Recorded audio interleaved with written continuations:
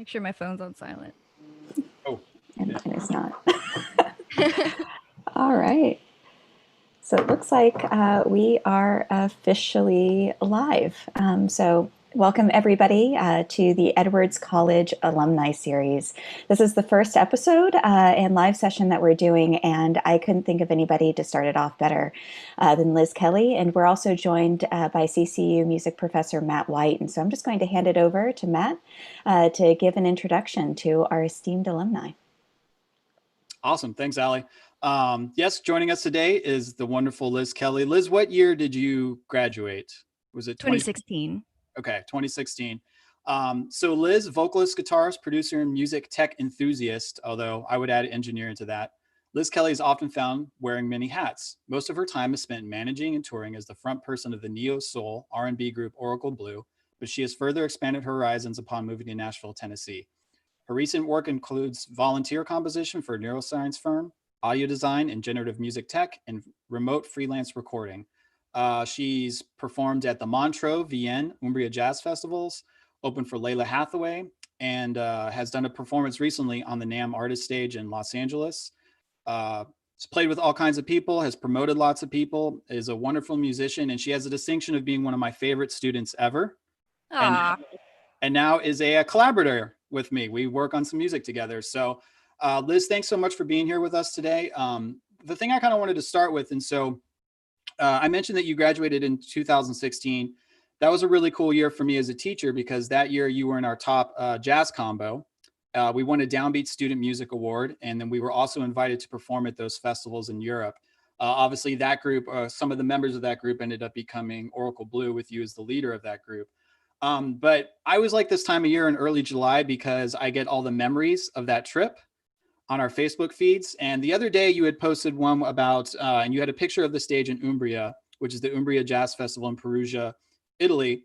And you had put the caption that was the moment that you realized you wanted to be a performer. And I wondered if you could maybe talk a little bit about that moment, because I was there too, and I remember it pretty vividly. Yeah, I remember, well, thanks for having me, first of all. It was wonderful to be included in this series. I've really been enjoying watching the live streams with the other artists. Yeah, looking back on the Europe trip, I just remember performing at Montreux was gorgeous. We were in front of these gorgeous lakes and mountains. And I think that was honestly the first time that I had performed for an audience that I really felt that connection with that you hear a lot of artists talk about.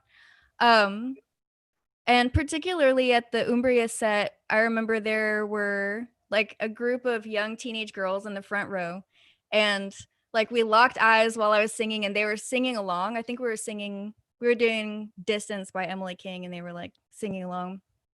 And then I think like the moment, I guess, which like I hate using those terms for creative things, but I think the moment was during Apple Tree, the Erykah Badu song, and like the band was really locking in. People just kept coming and listening, which was really cool because you don't really get that singing in bars. There's a lot of people paying attention, and yeah, I think it was almost transcendent. It was a really, really neat experience. Yeah, I mean, I was going to say that was the moment too for me that I thought that you kind of went to another level as a performer. And I remember we were coming out of the solo section. I still have it videotaped. It's somewhere on YouTube. Yeah, I remember coming out of the solo section and you were just like, you were shouting, but you were like, you know, still singing. And I remember that performance in particular, because through the performance, if you guys have ever had the chance to go to the Umbria Jazz Festival, it's incredible. So it's in the old city of Perugia on a hilltop. And where the stage is in this old giant courtyard. And I remember you guys starting and it was kind of just some people there, and more people were coming in during it. And that was towards the end of the set. And I do remember that it was like the crowd was really coming in and like the energy was really high. And I remember that moment. I was like, oh yeah, she's got it. So you were always an amazing performer up to that point. But I remember that being a different moment. And they asked you guys to do an encore, which they never asked student groups to do. Oh, I forgot about that. Yeah. Which was very cool. So I remember that pretty vividly. But yeah, that was a wonderful memory. And I remember also when we flew out on that flight, I think that was right when Coastal won the baseball championship. It was the same day. Yeah. Yeah, we found out on the plane that Coastal won the baseball championship. Yeah, I think Dr. Powell was kind of like checking periodically to give us updates on that. Also note that 2 members of the band, that was their first time not only overseas but on a plane. Yeah. I'm just gonna throw that out there. It was quite an experience. So I talked a little bit about some of the stuff you've done post graduation, but could you maybe talk about some of the things that you're proud of that you've done post graduation and in music and just in general? Yeah, I mean, it's been pretty dense. It's been 4 years, so I feel like there's been a lot of things. And I think particularly because I have my hands in so many different projects, it's hard to say especially, but I think one of the main highlights was definitely opening for Layla Hathaway. Because that was another moment that I guess like the whole experience, not like necessarily a particular moment. But just being around like that level of performers and that level of production as well, and the level of expectation and preparedness and management was very eye-opening to me, because that happened a couple months before we launched or released our first album as Oracle Blue. Yeah, so I think that was a really important highlight. I met Anita Baker last year, so that was really cool. Volunteering for a festival series called Feature X Sounds. So I flew out to LA and I was just volunteering backstage, and then Anita appeared. That was kind of cool. And I've really been yeah, she held my hand, and she like held my hand and like spoke into my soul for like 2 minutes straight, and it was amazing. Yeah. What else? Another highlight, I mean, it's been really incredible throughout this quarantine. I feel very fortunate to have met through you, Steve Pardo. So getting to work on some music tech projects, and also learning a lot about what people are doing with technology and the arts and combining those things. Because I feel like I've kind of been on this hunt for people who are doing that, and people that I can kind of stalk and learn from. So that's super exciting. Yeah, and Steve Pardo. So Steve and I went to school together at the University of Miami. For years, he worked for Harmonix, doing the Rock Band games. And so he was one of the musicians that would come in and be like, okay, this Beatles song makes sense with these 4 buttons and this configuration. And now he does like a lot of other tech stuff, but he does a lot of writing for video game music. He does a lot of composing and stuff. But yeah, he's a very brilliant person. I remember being in combos with him, and he'd be like, hey man, let's play Donna Lee, but like, let's play it a tritone away while the rhythm section plays it in the real key. Oh, wow. So his brain always kind of worked like that, and I could never keep up. But so you talked a little bit about this, but one of the things that I think is a really great example to our current coastal students, and really to music students everywhere, is all these different hats that you wear, right? So as a professional musician, you're a vocalist, you compose, you write songs, you're a guitarist, you do engineering, all the technology work you're doing. So could you talk a little bit about having this diverse skill set has helped your career, particularly now with the pandemic, is like there are no live gigs for musicians? Yeah, well, I feel really fortunate because both of my parents are touring musicians, and my dad has always had a home studio, pretty nice home studios my whole life. They've always done all of their booking, their touring, like management and writing and producing and mixing. And so I feel really lucky because my sister and I used to go on tour with them. Like we were homeschooled so that we could go on tour and watch our parents. And so I feel like I've always had like a peek behind the curtain, I guess, of like the reality of getting in the van and driving in the middle of the night and counting the tips and figuring out if you had enough gas money, and letting that dictate what hotel you're going to stay in. So I think I feel kind of lucky that my parents have shown me that you kind of need a diverse skill set. Because they've always like taught and produced for other artists, and also played shows. And yeah. I don't know. Can you ask the question again? No, so I think the thing is that this understanding that if people in our community here in the Grand Strand probably knew you mostly as a person that would sing a lot, right? Mm-hmm. You had your gigs with Oracle Blue, you did like your solo gigs, you did duo gigs, and you're doing all this performing. But I think what I've definitely found with the pandemic is having these different skill sets is a really great way to stay creative. And then also, I mean, to be real, to also make some income, right? Right. Yeah, and I think it's kind of funny because performing was never my goal. Um, and I think that was kind of a switch that did happen on the Europe trip. But I really enjoy being behind the scenes. I enjoy the more technical stuff. So in Myrtle, I was gigging a lot because that was the market. I knew I needed to make an income, and that was the easiest way, like as far as bang for your buck and availability. And I knew that I could market myself as a performer. But kind of the appeal of Nashville that I was kind of drawn to was as much production work as there was, and then the ability to be behind the scenes and be in studios and potentially produce and work from home. And also geographically, it's kind of in the center instead of having to drive to other states to tour from the coast. But I think the diversity aspect in the pandemic has been huge because since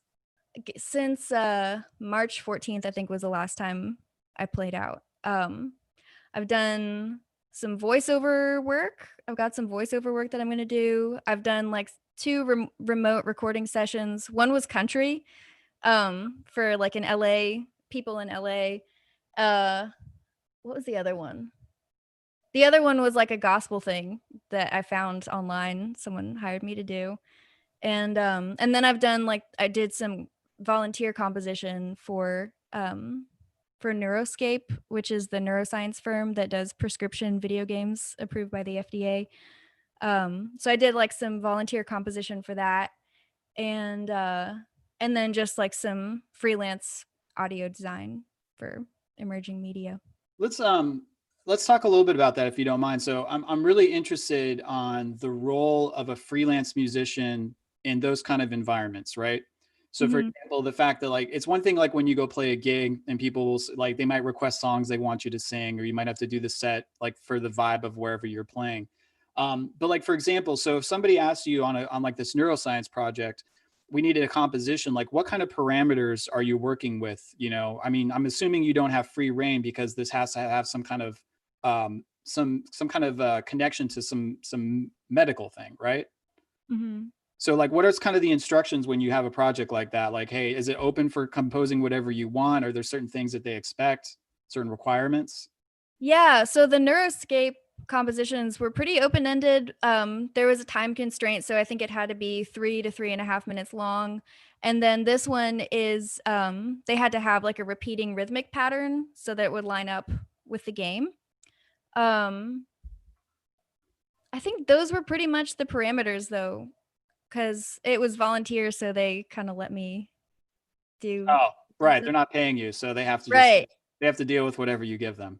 Right, and they could just not use it if they don't like it. But could you talk a little bit about like like voiceover work, for example, or like doing these remote tracks? Like, could you talk a little bit about what that process is like how you get the material, how you send it back to people, like this idea that we can all collaborate, you know, like if you and I do a recording, I could record part of it here in South Carolina and send it to you in Nashville, and we can still put a recording together. Definitely. Yeah. So the country thing that I did, I actually got through a connection in LA. My friend Jay Deal, he was teaching, I think he teaches at USC. Yeah. That's where he teaches. Yeah, so he had a student that needed some country vocals recorded. And so he sent me 3 different tracks, the backing track and the backing track, or the vocals and then the background vocal track. And kind of just told me I had free reign over it, and said it needed to be country. And so I replaced all of the vocals, and I think I did maybe 6 or 7 background vocal tracks. And then I sent him all of the raw audio so that he could put it in and mix it. When this was a question that just came up, which I think is actually like a really a great question, is that, you know, in order to be able to collaborate on that, we have to get a lot of information too, right? So often you'll have to know, like, you'll have to have a template for what the click is. For those who don't know, like click is like what the tempo is, or like a metronome will be at. In our case, doing recording, the sample sizes have to be the same, right? So you have to make sure that you give them the audio so it'll go back into their session and it won't shift the pitch, or it'll like change the timing and be all kind of weird. So could you talk a little bit about that as like collaborating with, I was just getting Marmalade the cat out of the way. That's why I did this for a second. He probably wanted to say hi to you. But could you talk a little bit about that process too, like the technical requirements of it, like selecting microphones, making sure that you get really good takes, those type of things? Yeah. So I'm very fortunate to be working with Aston microphones, and so I use the Stealth now for everything. And sometimes I pair it with a Cascade Fathead, but it actually has 4 different microphone settings that I use. I like the vocal one, but most people just want raw audio. So yeah, I send it to them. Cool. Well, I think now might be a good time. Let's play some music. So I have a couple things that you've played on that I'd like to share with people, and maybe we could talk a little bit about the musical process. If you got stuff that you'd like to play too that you've been working on, that would be super cool. You maybe want to start with a tune from Oracle Blue? Sure. Okay. Let me pull it up real quick. So this is Fight or Flight. Hopefully we won't get a yell at. Can you hear it?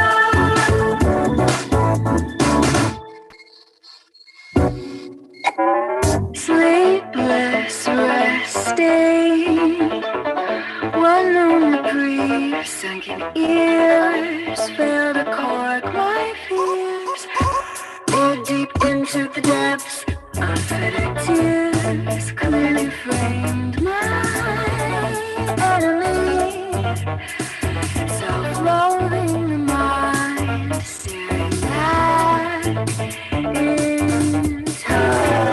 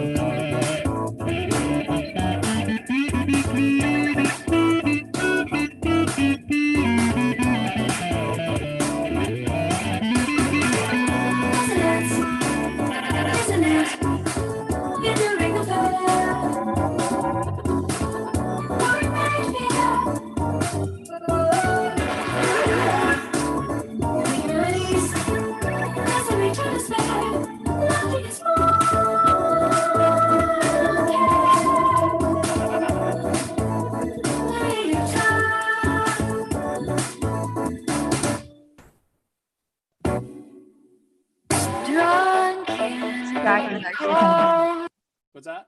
This track is kind of long, just so you know. Yeah, I wasn't going to play the whole thing. So okay. I did want to talk. So you wrote this one, right?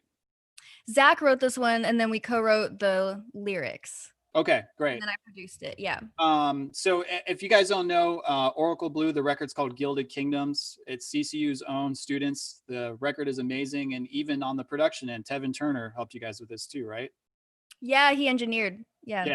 And Tevin is also a grad of the Coastal program, worked in the recording studio with me. He did my last record too. Amazing young man, really talented. So could you talk a little bit about how particularly with this performance, how this went from like a collaborative writing process to a collaborative performance process, like how the track came together? Yeah, and I should also add he also mixed it as well. Tevin did. But yeah, this was a very interesting album to make because there were 6 of us in the band at the time, and we were all trying to bring very different musical and creative backgrounds to the table, as well as different compositions. So I think 4 of the 6 of us wrote songs for this album. And then we also had like some kind of bastardized jazz standards on there too. But it was an interesting process because I just remember kind of toiling over producing this and trying to make it sound coherent.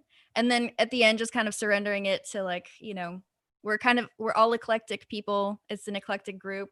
So I tried to just let it reflect that.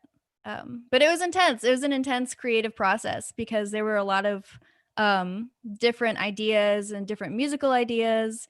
And I think all of them were just as valid as the other. But we kind of had to sort through what was going to eventually make the cut. But it was fun. It was a really good learning process.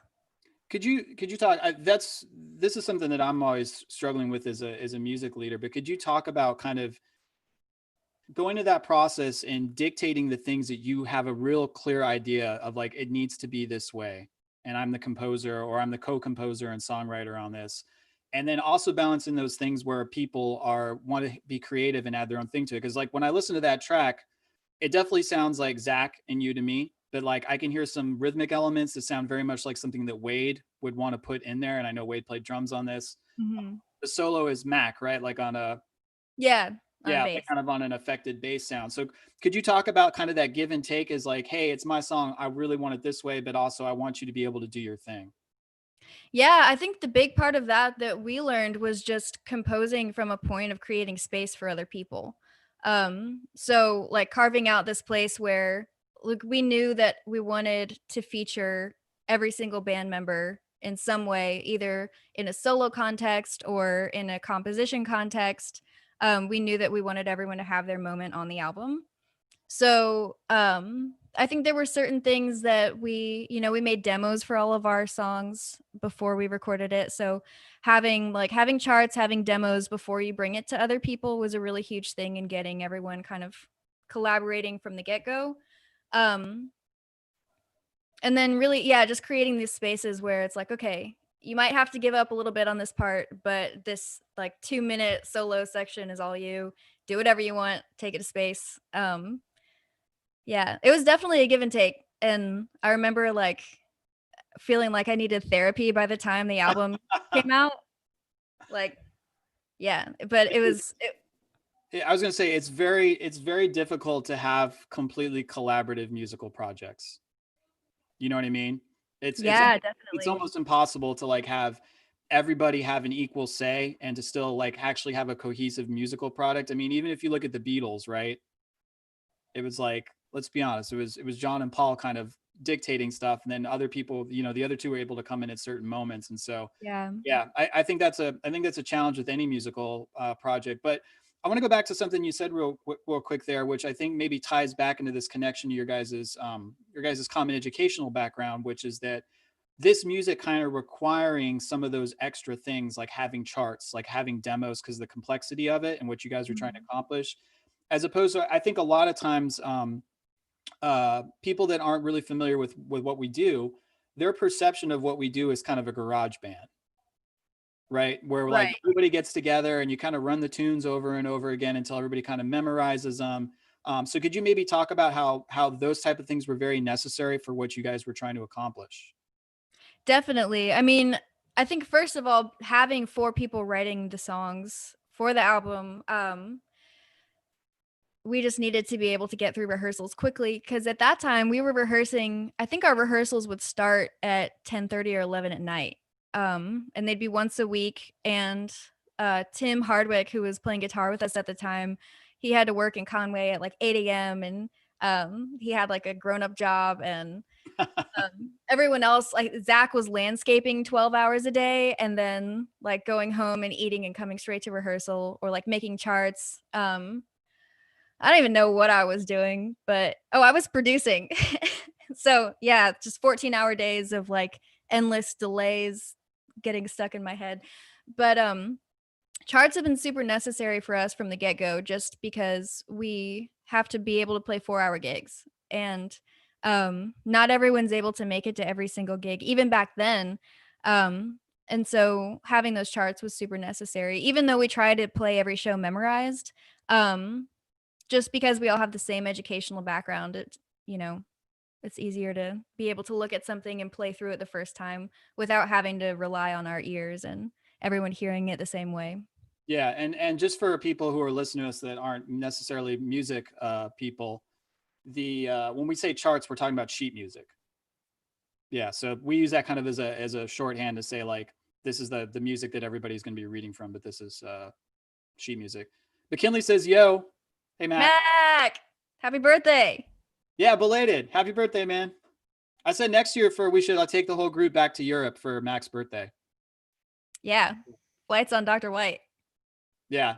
Oh yeah. We're not flying business class if I'm paying. That's all I'm saying. Cargo plane. I want to play another tune if you don't mind. So this is a different project. This is called Satellite Sea, right? Mm-hmm. So this is a duo project you have with Justin Trout. Yeah. If you guys don't know Justin is from Myrtle Beach. He did his undergrad and is now doing a master's in studio writing at the University of Miami, my alma mater. Very talented dude. And so this is a tune called Passers. And we'll just play a little bit of this one too.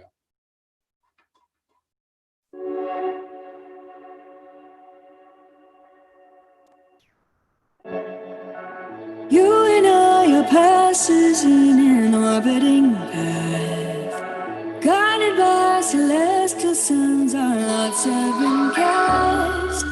Through the night I hear signals sending, satellite into the void unending.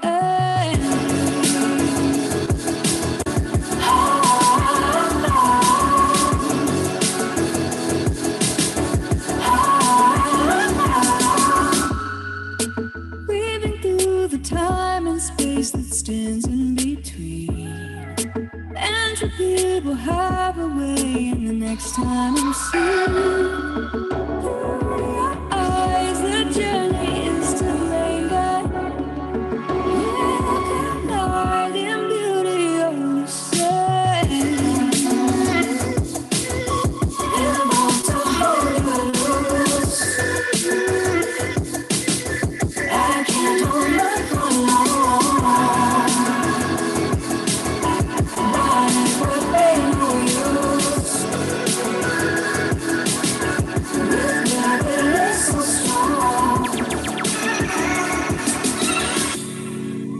Emptiness beyond what we are able to feel, but I cannot contemplate significance until we are one. The pitch will be much clearer. And I sun, I see it clearer.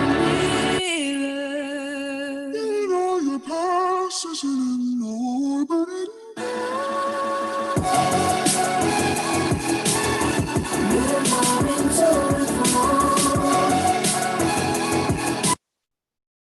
Who was that on the break? Was that you or Justin? That's me. That's you? It's just with a formant shift. Okay. Yeah. That's pretty hip. So this is a very different musical kind of collaborative process, right? And so typically in electronic music, and I'm not really familiar how you guys did this project, so I'm really trying to learn here too. But typically, like in hip hop or electronic music, somebody comes up with the track, right? And then somebody puts something else on top of it. So could you maybe talk about how you and Justin collaborated to come up with this music?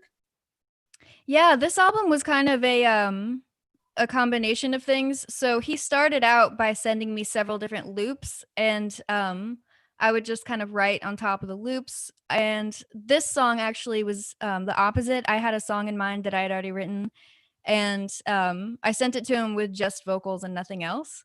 And then he kind of created everything around it. Yeah, but it was a lot of back and forth with this because he was in Miami for most of the creation of this album. And he came home for the summer and we finished it. This was actually all the same summer as the Oracle Blue release and another album. So we released this album the same day as I released an album with my sister. So I released 2 albums in one day, and I think like 2 months before that had released the Oracle Blue album. I always say that like songwriting is just cheaper than therapy, and I had like a lot going on. So it's like 3 albums, 1 summer. But the creative process with Justin was really fun, and it was a breath of fresh air just working with one other person, because it was very direct. But also Justin is kind of like a mad genius, So at the same time, it was kind of also like trying to keep up with 5 people in one Justin Trout. Yeah. Yeah. So He took a couple lessons with me, and I remember I would be like, I'd show him something super advanced, and he would get it like in 10 minutes. yeah.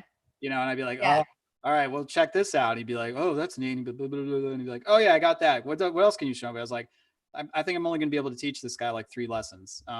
He's also a great Twitter follow because he says crazy things on Twitter. And one of my favorites, though, which actually got me thinking, he was like, what if all the music was cut after like 200 hertz?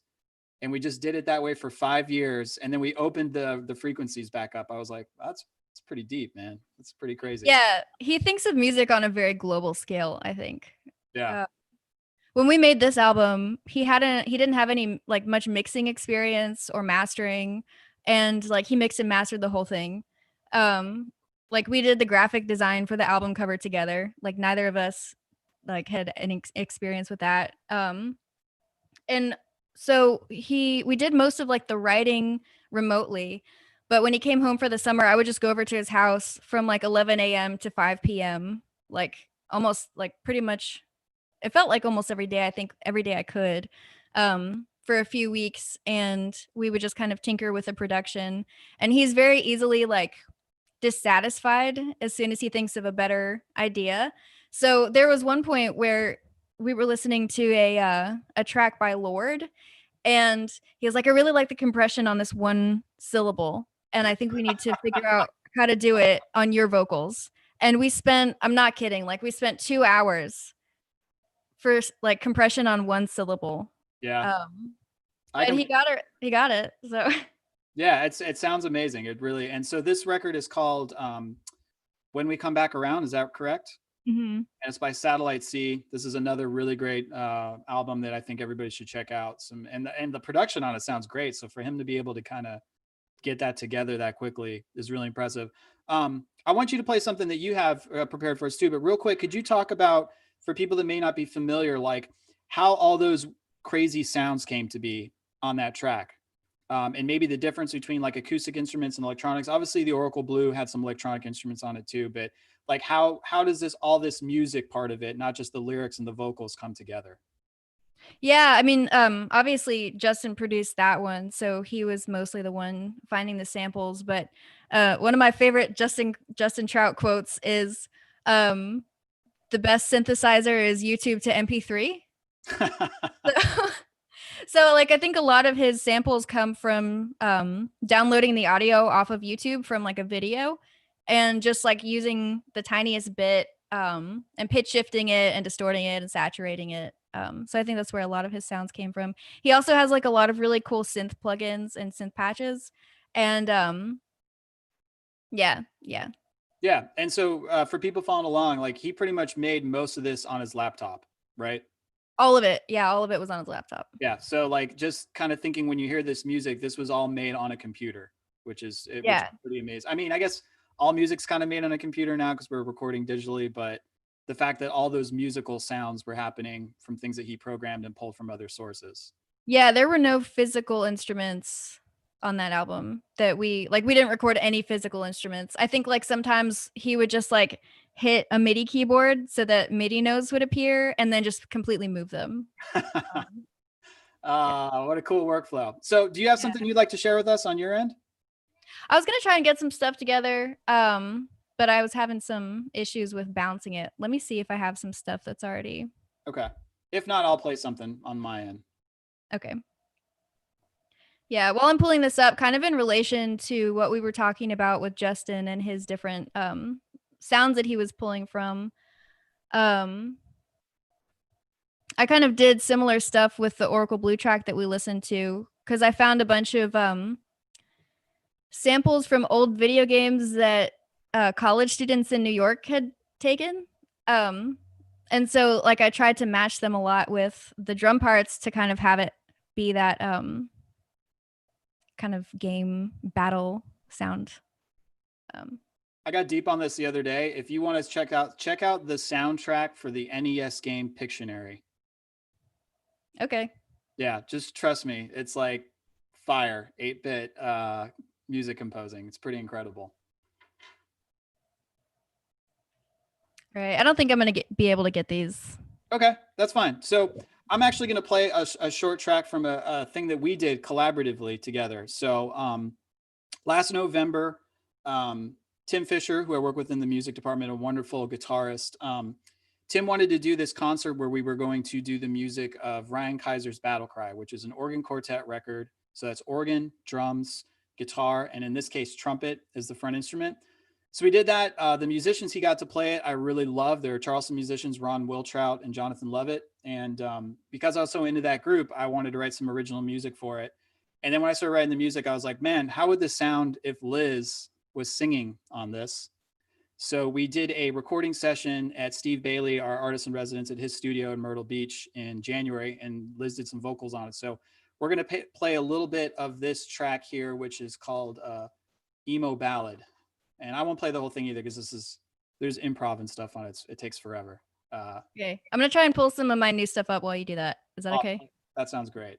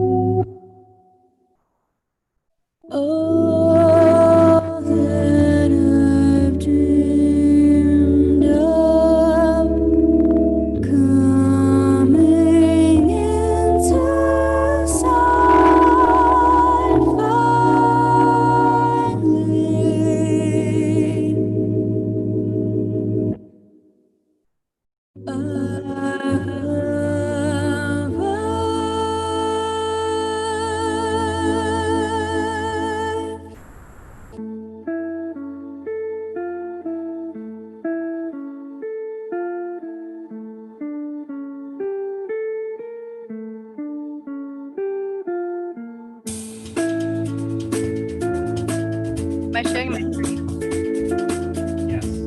Oh, okay.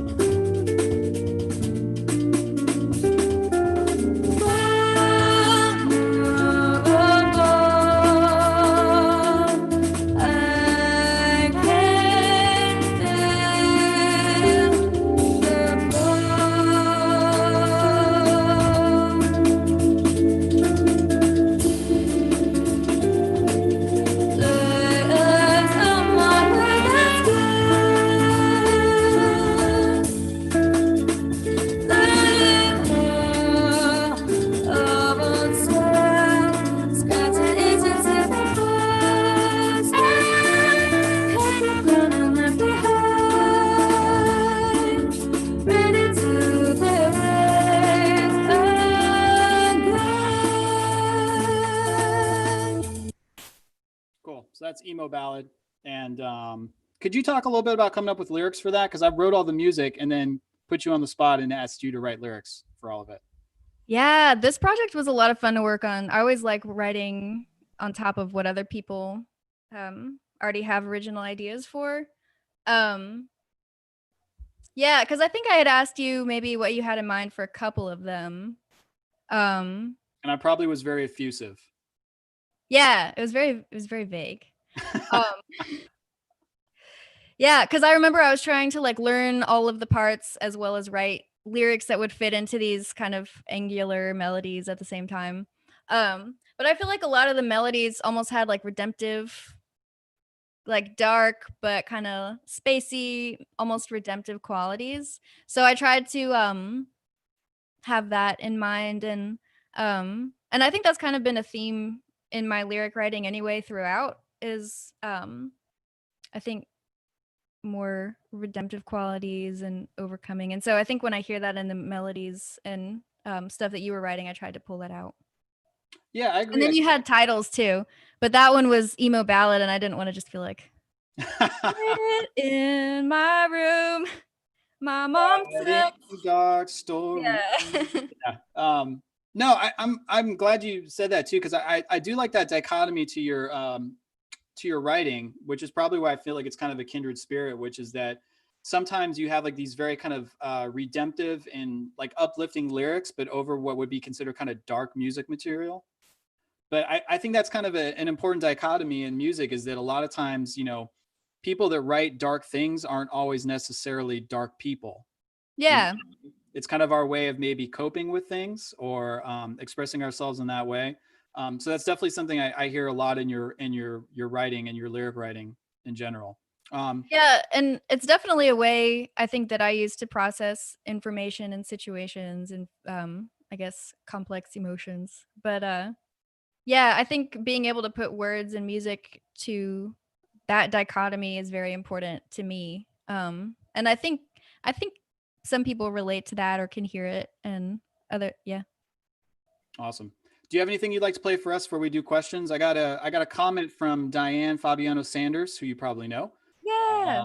She said, "You're amazing, and I love following you and your success." So that's very nice. Oh, so sweet. So yeah, you got something to play? Yeah, okay. This is one of the tracks that I volunteered for the neuroscience firm video game thing. And I think this one doesn't have the lyrics or the vocals on it, but there are vocals to it. But let me know if this comes up. It's coming up. This one didn't make the cut. They said do something else, so I did. But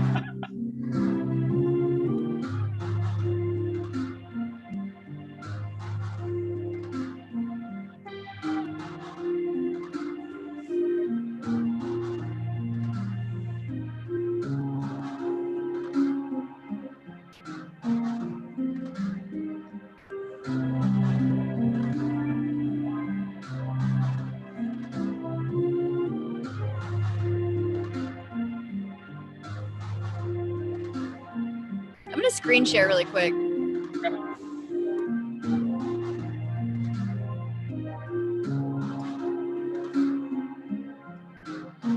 Can you see the session? Yep. See it?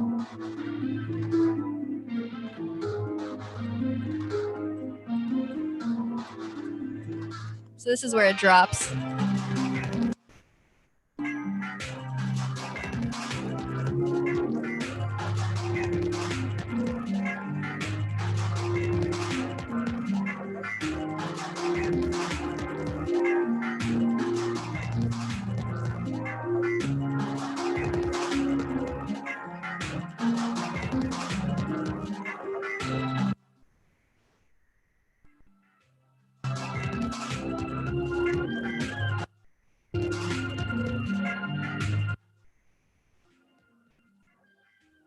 It's dropping a little bit on our end with the audio.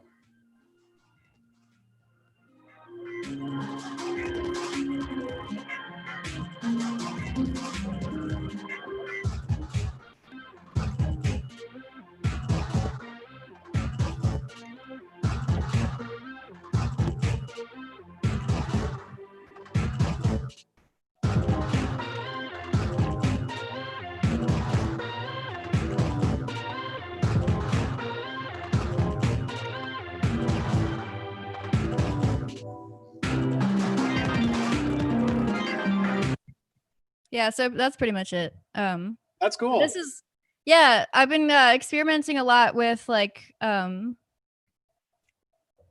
binaural sounds and I guess non-traditional drum sounds. But I didn't do any binaural samples. And I guess for people watching that don't know what binaural stuff is, people invented like a little rubber head that you stick microphones in where the ears would be, and it captures sound very realistically, and it almost has like an immersive feeling.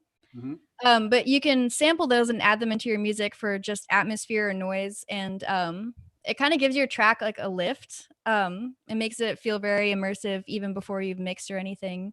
But with this track, I was using a sound called the una corda. I'm gonna jump back to sharing the screen. Which I really like. Let me open it up.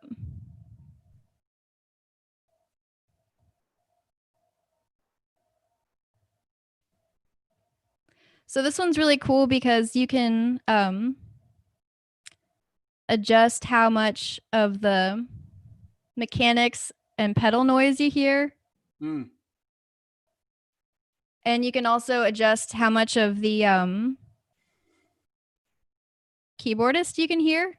So like the pianist, like moving around on the seat and like noise in the room. And then like the mechanical noise of like the like hitting the strings in the instrument. And I think for this plugin, they actually created the instrument itself. Oh, wow. And then I was using like a bunch of different samples for the drums because I've been really interested in this producer named Arca. And they use a lot of non-traditional drum sounds. So like they'll be saturated or like kind of with extreme. I think I already processed a lot of these. And then just a bunch of other clicking samples. I think I also used like my YouTube search looks kind of creepy because I have like these searches of like ASMR video people, but they make really good binaural samples. So I just take their binaural samples of like crinkling chips or something like that, and I turn it into a like a snare or a hi-hat or something with pitch shift. Yeah, and to people watching, adding these noises, white noise, adding distortions into stuff, all these little things like do give it a real human quality, and it also kind of creates tension for the listener, and it's a really great way to build up tension and release it in kind of the background. So you're definitely hearing this in electronic music, but even a lot of hip hop tracks, a lot of pop music will use noise in these ways to kind of help have an emotional response musically that isn't necessarily tied to like a pitch or a rhythm or something like that. And it's pretty. Oh, go ahead. Go ahead. I was gonna say it's pretty amazing because even though it's just like the thing that makes it so intense, even over very calming music, is the way that it's recorded. But it has such a human and like almost like too close for comfort feeling sometimes the way that these are recorded, which I really like. Hey, actually, before we do questions, because this is something that I was just thinking of. How do you feel about leaving breathing in on vocal tracks? I think as long as you do it on purpose, okay, it's fine. Yeah. Yeah, because that really made me start thinking about that too. Is like sometimes it bothers me, but sometimes when I take it out, I'm like, oh, like it makes me really uncomfortable because you're hearing these things and you're not hearing a person breathe before they say them, which is like a very human thing that you want to hear happen. Yeah, I think one thing that bothers me a lot is like if you hear someone's mouth opening on a vocal track.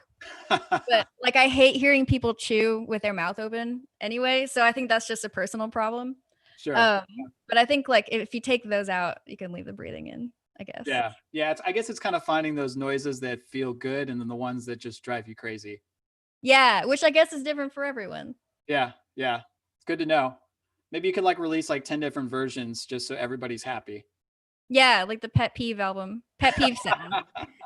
It's just one track sometimes with like different things taken in and out. Yeah.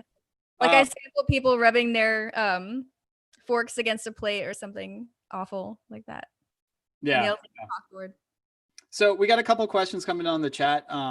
So we have a lot of new alumni tuning in, and some of them are wondering what advice Liz would have in keeping focused on your work without the structure of the university.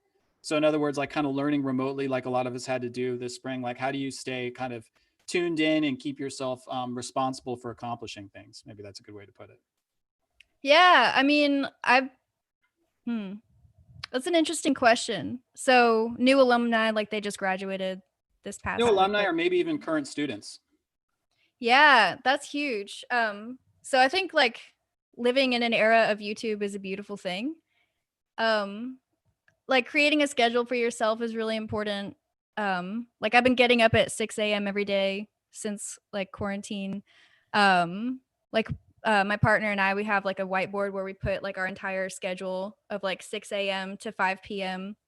And we stick to that. It's like 2-hour blocks of like music production, practice, like volunteer stuff.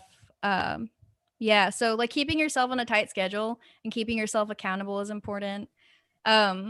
Motivation is tricky, I think, because it's very easy to lose But if you just keep yourself on a schedule and don't budge from it, unless you like, if you're having a mental breakdown, budge. But we also we're pretty strict about keeping our weekends too. So like stepping away a couple days every week and then getting back to it. It's definitely a luxury that I don't take for granted. But yeah, I know that this is something that if I'm putting my teacher hat on for a minute, it's a top hat. It's very fancy. yeah. I think this is something I talk to students a lot about, but I know Mr. Bailey does too when he does his talks, is like time management is like a make or break it for anything you want to be really great at. But I think particularly in music, because there's so many things required of us. Mm-hmm. And so, that's something I feel even when you were a student, you were really great about, is being organized and being prepared. But on top of that, I'll say too, that something that's really helped me a lot is trying to carve out a little time every day to be creative. Mm-hmm. You know what I mean? And so like, there's so much of my day is like, I got to get this done. I got to get this done. I got this deadline. I got to do this. The kids got to do this. We got to go here. I got to make dinner.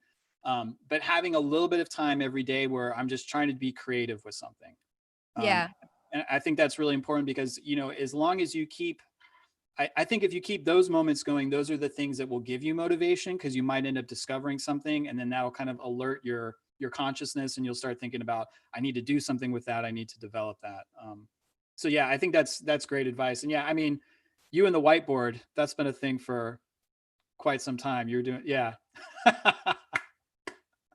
So scheduled. My most prized possession. Yeah. I'll turn my camera over.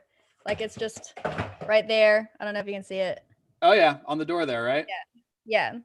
But as soon as we get up in the morning, we just kind of make our schedules for the day. I think I messed up my angle, but there we go.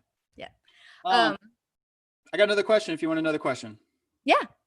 So before we went live today, and it was probably one of the things you're trying to get running on Ableton, but couldn't quite get it synced up. So you're sampling some work that included Cornel West, and somebody wonders how the resurgence of Black Lives Matter movement, how that work has shifted in responding to this, how your work has shifted in responding to this contemporary movement. Yeah, that's dense. Honestly, I think I'm still learning. I think I'm still figuring that out. Because really since I'm at Umbria, I feel like I haven't been able to, I feel like creating has been very pointless for me. I feel like I have nothing to say. I feel like I have nothing worth saying in this conversation as far as the movement goes. And so I've been trying to turn more toward production and using that to amplify voices that I think we all need to be listening to and hearing. So that's why I've kind of shifted more toward sampling interviews and trying to just lay a little bit of groundwork musically to put those samples on top of. And I think that's been a good way for me to process it creatively. Yeah. No, I totally agree. And I think one thing that's been difficult for me, and part of it's because I have obligations of projects that I'm trying to complete, is almost because there's so much injustice going on, and there's so much troubling things going on in our country, is almost feeling a guilt with being creative. Yeah. You know what I mean? And I think that's something that I struggle with. And, and so doing the work to educate ourselves, to be supportive of it. I mean, you and I have talked many times, not, privately, about the BAM movement in music.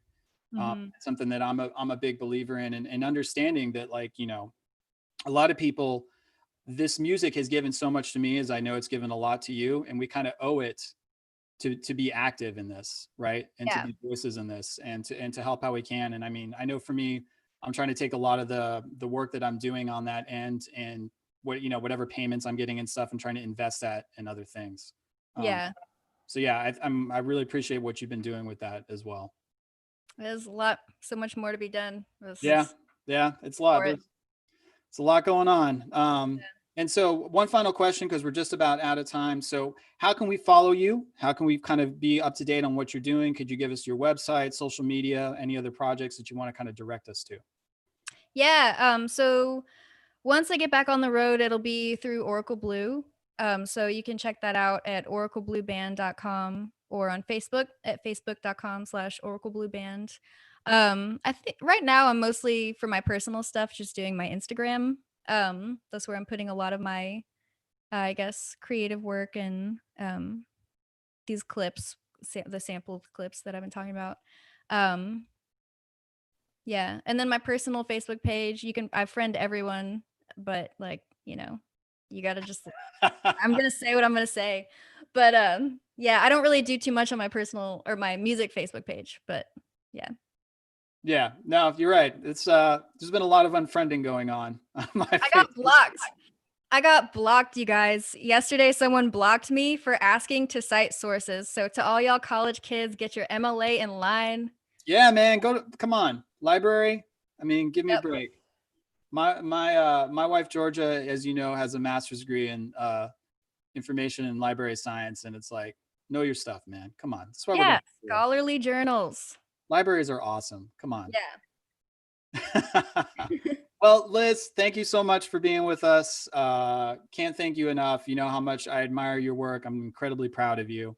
And I know you will continue to do great things. And I look forward to working with you some more. And to all our current students, like Liz is a great example of what is possible.